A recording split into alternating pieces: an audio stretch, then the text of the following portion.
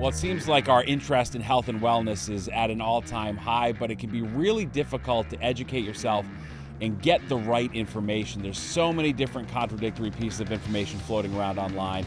To that end, someone I've become friends with in the past couple years is Marcus Antebi. He owns a juice shop here on the Upper East Side called Good Sugar. It's his latest venture after he originally founded and eventually sold Juice Press. He grew that from the first location to 85 before he sold out, right before COVID, actually. He's back at it again. He's someone I get a lot of information from. He's wildly entertaining. He's a great guy.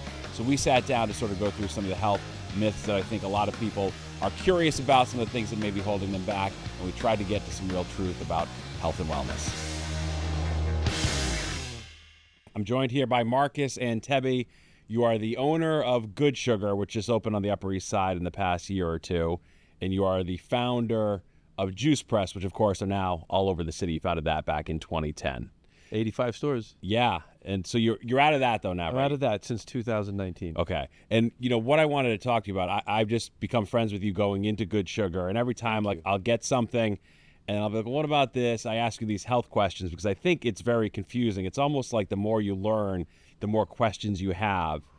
And I think you'd probably agree with that, right? Well, for sure. You know, from when I started Juice Press in 2010, there are a lot of people, mostly in New York or in big cities, that do actually want to start a healthy food journey. But once they start looking around for experts, they hear all kinds of stuff, and then they become like a pinball being knocked around in the machine. The keto diet, and I should eat more protein, and juice is good, it's not good, and I should be drinking wine all the time, and I should put coffee at my blah, blah, blah.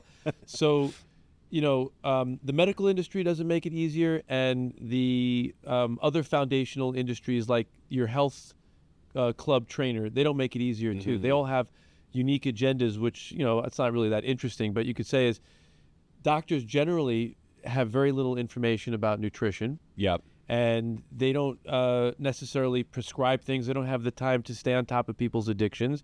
And at the gym, you know, you're paying someone to get you a result, either to lose weight, crash course, lose weight, and they're going to jack you up on protein because you're going to get results and you're going to feel stronger. Is that necessarily good for your health long term? Probably not.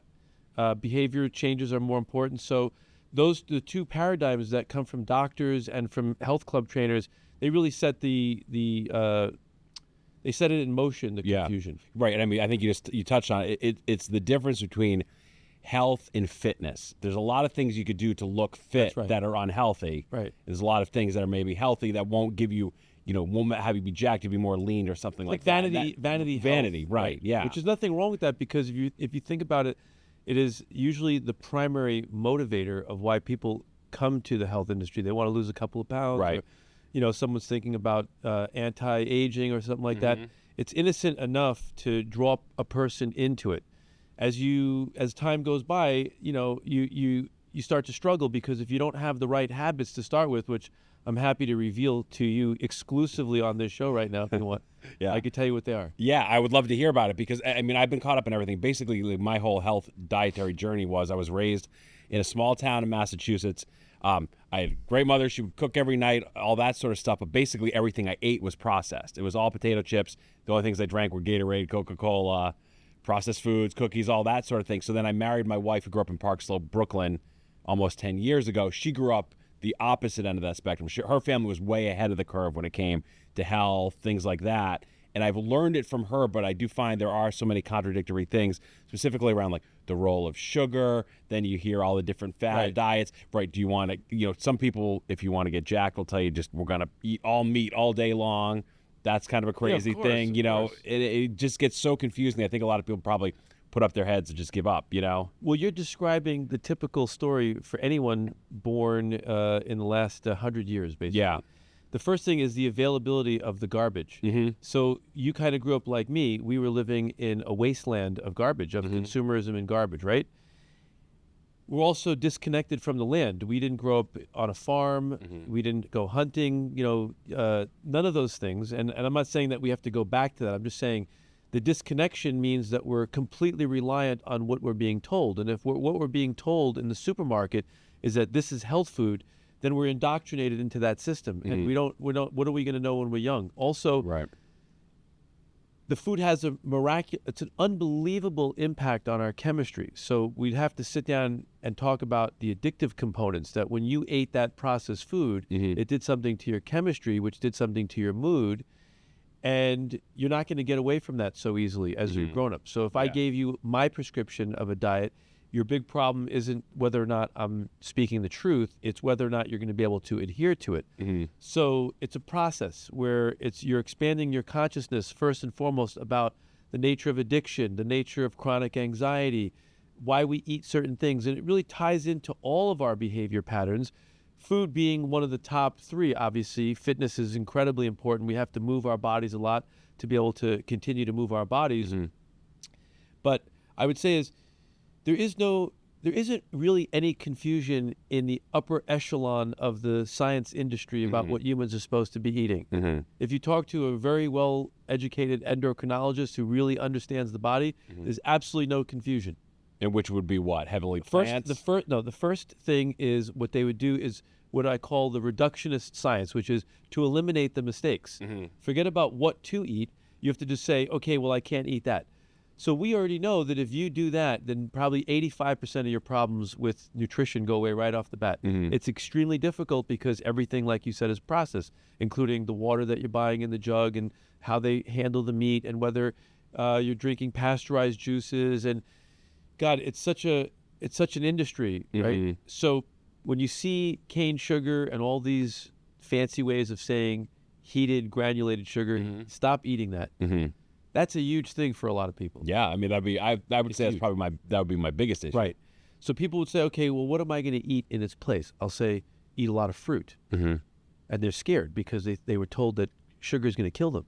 Right. And I say it's not going to kill you. It's not your problem. First of all, I'd ask you if you had type 1 or type 2 diabetes. You can't eat 70 bowls of fruit, but you certainly can eat some fruit if you're giving up other things. Yeah. Eat less animal protein, which affects the chemistry and, believe it or not, has a lot to do with how diabetics improve. Is if they're eating too much animal protein, which is not considered sugar, they're still going to have a big problem.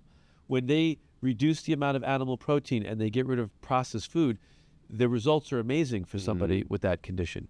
If you're generally a healthy person, which I know that you are, a lot of the things that would apply for people who are not in healthy condition, they don't apply to you. So in your case, I'd say, look, if you want to spend the whole day eating fruit and nothing else, okay, you're going to be wild for a couple of days. Yeah. It's going to feel, you might get lightheaded, you might feel crazy, but you know what's going to happen because you're eating fruit? You're going to stop overeating fruit. You're going to automatically just eat the right amount, as if there was something in the fruit that was different than what's in the processed sugar, which is the truth. We already know that processed sugar, it's just too intense. It's processed. It's refined.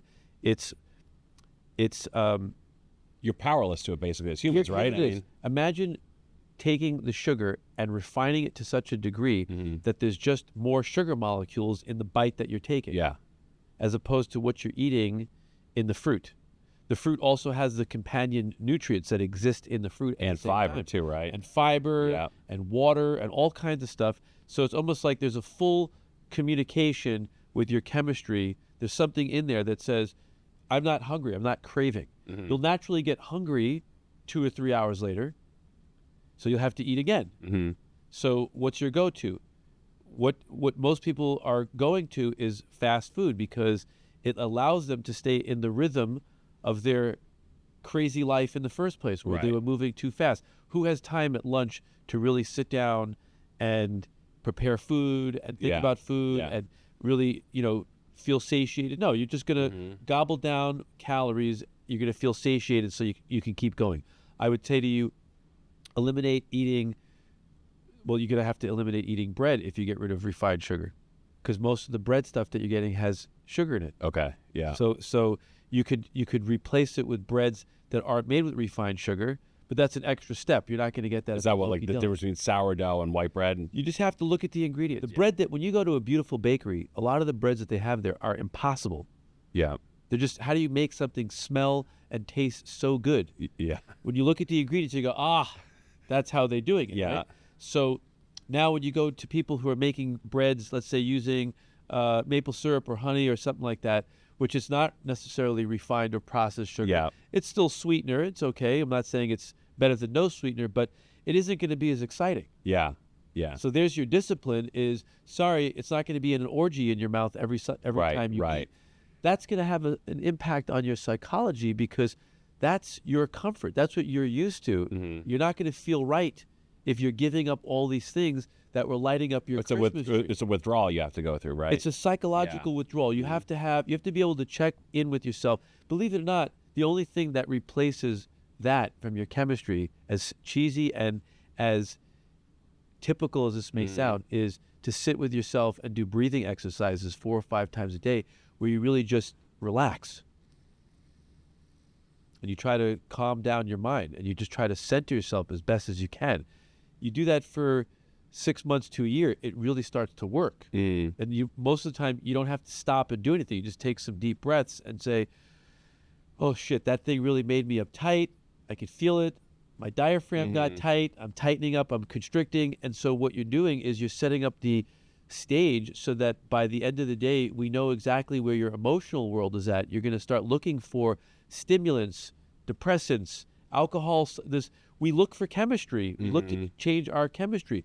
And if it's not through what we ingest, it could be shopping, watching TV, buying shit, looking at your bank account. You know what I'm saying? It's like we're just looking for escapism from this pervasive feeling of anxiety that's happening in our chemistry that if we really want a lasting change, just change your chemistry. You've been sober since you were 15. Yes. What started that journey for you that young? You know what? Strangely enough, it was smoking tobacco. I started smoking when I was 14 and I hated it and I couldn't quit. I was hopelessly lost in it. Then around age 15, there was a lot of potheads around me and I started smoking that and I couldn't stop doing that. I was smoking it all the time. And then I started to experiment with some scarier stuff. A few people had cocaine. You know, it was instant drug addiction. I did cocaine. I stole the gram and I was hiding in the bathroom stall and I did it all by myself. I was a cocaine addict the first time I did it. Every time I drank at that age, I drank to pass out drunk. My father was sober a year in AA, and so I had exposure to it. And so I reached my bottom very quickly at age 15, and I raised my hand and I said, send me to a drug rehab. I hid in a drug rehab. And I worked my ass off because I was more afraid of going back to smoking cigarettes than I was the other stuff because I wasn't that attached to it. I didn't have that long of a career. But I spent about 15 years in 12-step recovery in active 12. You know, I was going to meetings, and had sponsors and sponsored people. And what I developed was just the habit of working 12 steps in my own format. And so what we're talking about today really is the evolution of that recovery, where I'm talking about it from a street fighter's terminology. I'm not a medical person. I don't talk about anything that intelligently. It's kind of muddled and frantic, but it's through your own knowledge. But the essence of it is to me objective, as objective as anything else. If you were talking to a neuroscientist, they would explain to you how all that garbage affects your chemistry. There would be no debate what the keto diet can do for you. I was just talking to Jeffrey Mechanic, the endocrinologist at Mount Sinai. He's the head of a lot of things over there. He writes medical protocol diets for patients all over the world who are really sick and their doctors need to keep them alive. So they go to Jeffrey, they write, like, this is what the person has to get rid of. He wrote 2 books on molecular nutrition. So let's just say we're in agreement, him and I. He wrote the foreword to a book that I wrote, and he's on the board of Good Sugar. I need a medical guy like him because I have to constantly fight uphill battles with a lot of people to get where I'm going. And so when I talk to him about things that are happening in the zeitgeist, like the keto diet, he just laughs. He says, yeah, the keto diet works because whenever you eliminate the most important nutrient, which is carbohydrates, your body thinks it's dying. And so it goes into a death survival mode. And guess what? You're going to feel fantastic for the first 2 months because your body thinks it's dying. Okay. Wow. That's unbelievable. So we say, wow, it's healthy. Look at this. I could stay up all night. I could have sex till 7 in the morning. But it's artificial. Okay. There has to be a crash. Yeah. Because there's a deficiency, and the diet isn't what was prescribed by nature in the first place. Okay.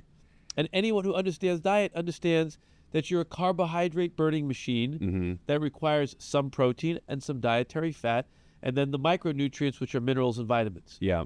But your primary source of calories is carbohydrates. Okay. It wasn't prescribed in nature that I'm talking about Doritos. Yeah. So when you think about carbohydrates, just think about vegetables and fruits. The idea is, what are your goals is really why, if I was in the business of helping you, which I'm not, but let's say I was a nutritional person, I would say, what are your goals? If you say, well, I have a lot of anxiety and I just want to be more relaxed, and now I believe this whole thing, I researched it, you're right, the chemistry cocktail in my system, according to all the neuroscientists, determines whether or not I have free will. If you don't have good chemistry, you are the subject to whatever your chemistry is telling you to do. And if it's putting you into fight or flight, then you are commanded by your subconscious mind. Nothing you do is in the free will state. Deep. You don't have a lot of control over a lot of things, but you certainly have control over your exercise, what you listen to in your ears, what you watch. You have control over your deeds, like how you treat people. You have control over your priorities, like your wife and your children, you know, and you have control over your breath. You can down-regulate your central nervous system by breathing techniques, which in time, because it's a very subtle practice, will have the effect you were looking for in your diet. The diet never gave you that. It just made you more anxious. For me, if you look at my work, I don't want to brag. I do, but I don't. Walk us through your background with that. Where you started. So I started off, I was always into health and fitness. I was always an athlete of some type, always doing something. I was fighting competitive Thai boxing in my mid and late 30s. The only diet that worked for me cutting weight was drinking tons of juice and smoothies. I knew exactly how to get 14 pounds down between fights. And so we'll call that vanity based. Has nothing to do with health. Yeah. So I knew exactly what worked. Yep. I found out how to do 300 calories 6 times a day while I'm training for 8 weeks for a fight, not pass out in the gym, feel strong the whole time, and by the time I get to show night, I'm getting on the scale and I'm 141 pounds or 147. I knew exactly what worked. And there's no animal protein in that because that you'd be wasting all your calories on that. Okay. Yeah. Okay. So it was all fruits and vegetables and just getting enough calories. So I had enough calories to exercise. When I started moving away from that lifestyle, I still wanted to keep it going because you jump back into the old lifestyle of eating, you know, the kind of things that we used to eat, all the pizzas, all the breads. You puff up like a balloon. And you're not exercising the way you did in those days. So obviously you're going to be right. You're always Yeah. going to be It's like when a pro athlete retires, and they just sock on weight. So what I knew from my studies was most of the centurion people that I've come across, the people that were 96, 97, they didn't have healthy diets, but the one thing they did have, the two things they had, was they had a really positive attitude, and they didn't eat very much at all. Okay. So, restrictive diet that's seems to be one of the longevity things, right? I met a guy at the time, he's still alive, he's 95. He's been 100% raw vegan for 60 plus years. That means he only eats fruits and vegetables, nothing cooked. Very impossible diet. Very few people can achieve that. Yeah. His understanding of his body and his understanding of nutrition put me, I think, on the right path. On the right path. I say I think because I'm open. I could be wrong about everything, and I'm going to start all over. I don't care. I have no attachment.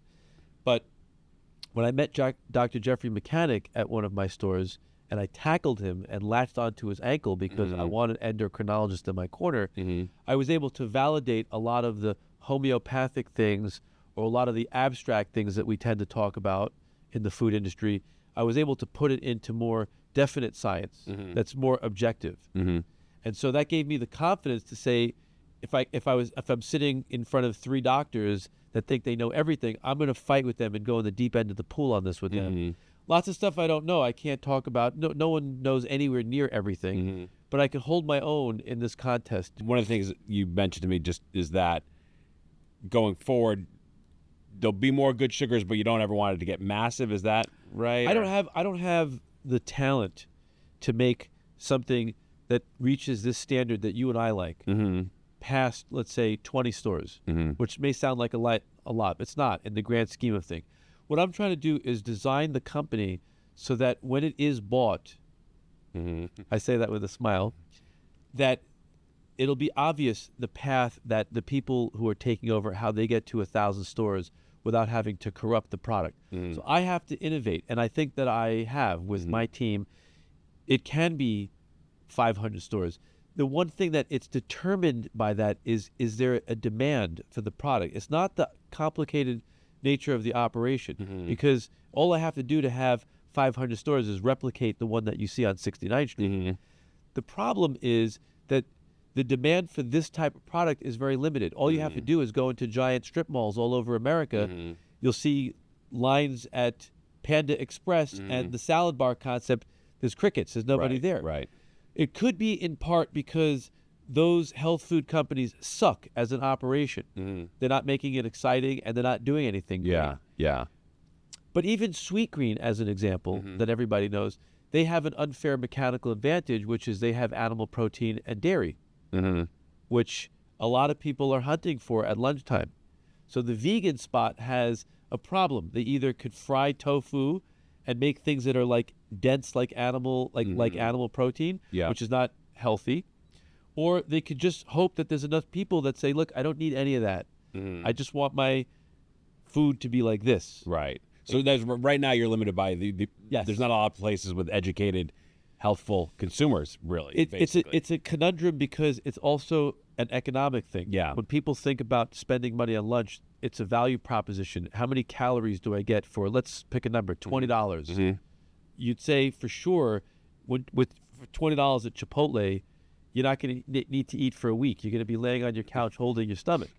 But if that's how you hunt for food, is based on caloric satisfaction, then I can never compete with that. Okay, because it's $30 for the same amount of calories. That's what we contend with as we build a larger chain. When it's smaller, there's enough people in the big cities that have, well, I'm not going to say this the wrong way. Let's say there's enough people in New York City that if the economy is tight for them, they're not buying a second watch. They're probably not buying, they're not going to the haberdashery and buying $500-$600 shirts, but they're never going to cut out health food. That's the end of their career, the whole life. If you can't go have a $10 juice. There's enough people like that in cities like New York. When you start to move outside of the city of New York, there's fewer people like that say, wow, a $10 juice. That would be the first thing they would drop. Well, it's 60 calories. Yeah. So $10, 60 calories. It doesn't make sense to people. They're hungry later. They don't see it as that is your vitamin supplement. And that's how much it costs, unless you do it at home. Which the only reason why it's cheaper at home is because you're doing all the labor. Is owning a juice bar, is it the type of thing where is it busier January 1st and then people fall away? Did you get that sort of gym sort of surge when the New Year resolutions, things like that? Or well, I'm a better retailer than I am a philosopher. So the game in retail is to try to keep it stable throughout the year through marketing and just by understanding those trends. But even then, no matter what you do, there always has to be some differences. So I would say what I was really surprised was the business was fantastic during December, which traditionally I remember December is where people just sort of give up. Off the wagon. Like Thanksgiving, everyone's just often they got off their diet. The trauma of Thanksgiving is still reverberating. They're trying their best, but by Christmas time, even the week or two when you're planning and by the time you get home and you have to deal with your uncle and you're in the kitchen and your mom just keeps repeating the same annoying thing, you can't get to your vices quick enough. Then New Year's comes. There's another debaucherous event. So between that and other problems like less sunlight, less walking outdoors, it's colder, so we tend to spend more time indoors, which has an effect on our mood and the hypothalamus, whatever the light's coming in through the eye, that whole nonsense. But by the time the end of January comes, people are sick. They've been sick 8 times. Yeah. But it's really because of the behavior that clearly starts Yeah. the week or two before Thanksgiving. By the way, I didn't answer your question to whether or not there's trends. The answer is, in this particular business, I'm not exactly clear yet because it's only 18 months. Yeah. But there are definitely peak months and months that are slower, for sure. Yeah. You know, August, slow.